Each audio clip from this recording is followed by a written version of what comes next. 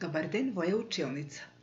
Јас сум оделенски наставник Николина Милевска од Општинското основно училиште Кочо Рацин од Куманово. Денес по предметот природни науки за второ оделение ќе се запознаеме со локални растенија во нашата околина.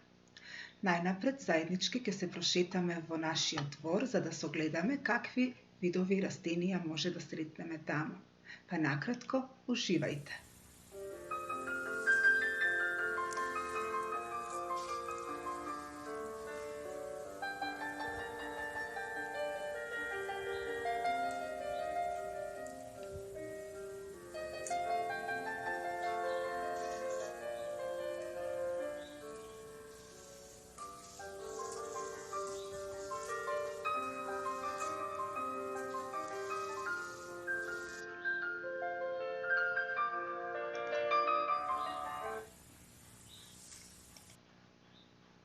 Какви видови на растенија видовме при прошетка во нашиот двор? Многу разновидни. Многу цвеќиња, грмушки, трева и понекое расцутено дрво, зашто во моментот трае годишното време пролет. Цели на часот да го разјасните поимот култивирани растенија, да научите какви услови за живот има во нашето место на живење, кои локални растенија живеат во рамнините и кој се грижи за нив, кои се корисни, а кои штетни пријатели на нашите растенија. Растителниот свет кај нас во рамнините е многу различен и богат, затоа што условите за живот се прилагодени и пријатни за нив. Почвата е доста плодна, има доволно вода и сончеви денови, топлина и светлина. Така ни станува јасно. Кои се важните услови за нашите растенија да пораснат?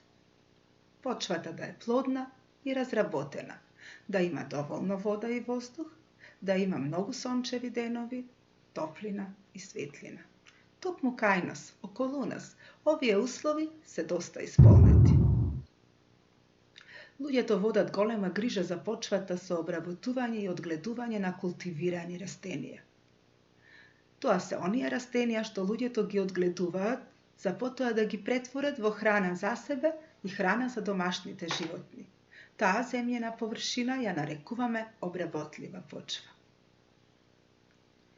Кај нас во околината луѓето засадуваат голем број на култивирани растенија, а тоа се зеленчук, овошни дрвја и жита, понатаму житни култури.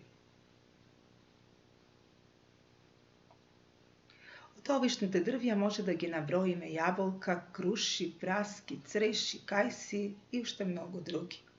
Од зеленчук најмногу се застапени домати, зелка, пиперки, грав, грашо и многу други. Од житните култури пченица, пченка, рж и други. Некои од зеленчуковите плодови растат над почвата, а некои во неа. Кои се тие, сигурно некои од нив ги веќе знаете. Моркови и цвекло растат во почвата, а доматите ги береме над почвата, како и пиперките. Ајде една гатанка, да погодиме што е. Личам на глава, растам во леа, од облак пијам сребрена смеја, на себе имам кошули 300, сказната секогаш ми е иста. Што е тоа? Да, зелка. Да повториме. Култивираните растенија се корисни растенија затоа што луѓето од нив добиваат храна за себе и за домашните животни. За да биде полето плодно и луѓето да имаат придобивки, тие се грижат со редовно одгледување, окопување, наводнување и берба. Покрај овие растенија се среќаваат и диви, неповолни растенија, кои ние ги нарекуваме плевели. Тие се штетни затоа што им одземаат вода и храна неопходни за култивираните растенија. Тоа се некои метли, глуварче и пиреј, популарно наречен пир. Овие плевели кога ќе постанат повисоки од култивираните, како што се од кромидот и јагодите, го собираат воздухот и светлината и на тој начин ги гушат и им прават штета на нашите засадени растенија. Затоа луѓето водат голема борба со нив, кога ги искубуваат од корен или длабоко ја окупуваат земјата со својот алат. Тоа се вика механичен начин на борба со плевелите. Постојат и други борби против штетните растенија, а тоа е со прскање со хемиски средства, со отрови. Тој начин секако не се препорачува, бидејќи така гинат и се уништуваат и други корисни растенија и животни кои живеат на тие места. Земјата која не се обработува од страна на луѓето се вика необработлива почва. Такви се ливади и пасишта, места каде што се хранат и пасат домашните животни. Трева која се користи како паша за нив. Поради големата разновидност со растенија во рамнините, треба да знаеме дека тие во голема мера се поврзани со животните. Така многу инсекти наоѓаат храна таму и сопствено живеалиште. Некои од нив се корисни за растенијата, а некои се штетни. Во ливадите се наоѓаат пчели, оси, пеперутки и тие се корисни инсекти, пријатели на растенијата во ливадите.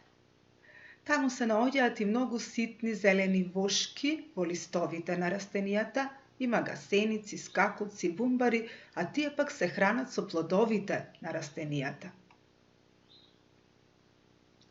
Има и многу разновидни птици, како што се свраки, гаврани и врани, кои се хранат со плодовите на дрвјата и на тој начин им прават штета на приходите на луѓето и се сметаат за штетни птици. Сврака, гавран, врана.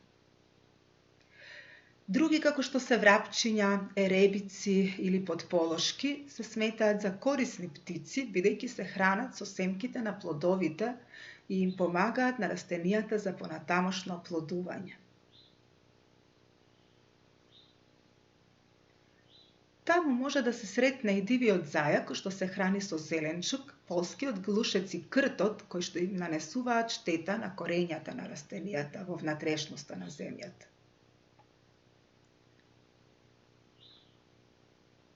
Задача за вас, ученици. Истражувај ја ти твојата околина и наброј колку што можеш повеќе растенија кои ги познаваш. Оние кои не ги познаваш, обиди се да прашаш некој од возрастните и да ги запознаваш. Потоа, откини неколку растенија и залепи ги во блокче, додавајќи го нивното име. Задача плюс. Кој сака да е покреативен, може да создаде дури уметничко дело од нив. Како на сликите тука. Имаме порака од растенијата до нас луѓето. Не треба да не уништувате, затоа што така ја нарушувате равнотежата или балансот на нашиот заеднички дом. А тоа е природата. Ви благодарам, ученици, на вниманието. Се надевам дека нешто повеќе научивме за растенијата во нашата околина. До гледање!